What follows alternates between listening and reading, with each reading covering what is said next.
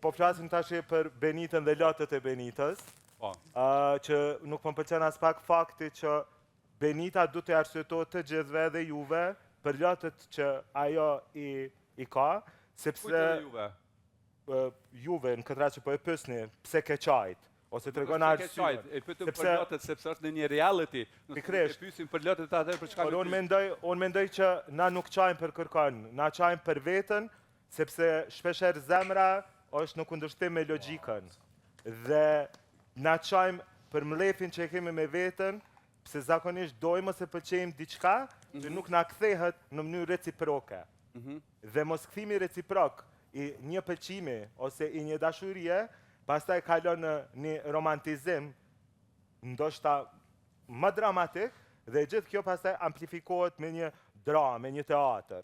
Që në këtë rast, unë qysh po e shoh, Benita ka qajt për vetën, sepse e sheh veten e vetme, pa ndonjë alat, as në kontekstin shoqëror, as në kontekstin emocional, dhe nga ideja që ndihet e vetmuar dhe e refuzuar, sepse Benita nuk është një gocë që unë menoj se nuk e njeh nga jashtë, po nuk është një gocë që është mësuar të ndihet mbase e refuzuar dhe jo në qendër të vëmendjes, më në fund i bjen që ka kajt për veten dhe nuk po më duket që ka kajt për Elionën këtë rast, sikurse që nuk më duket që Eliona do t'i kthej përgjigje kur Benita flet për pëlqimet e saj. Bravo, Alden, faleminderit. Love you.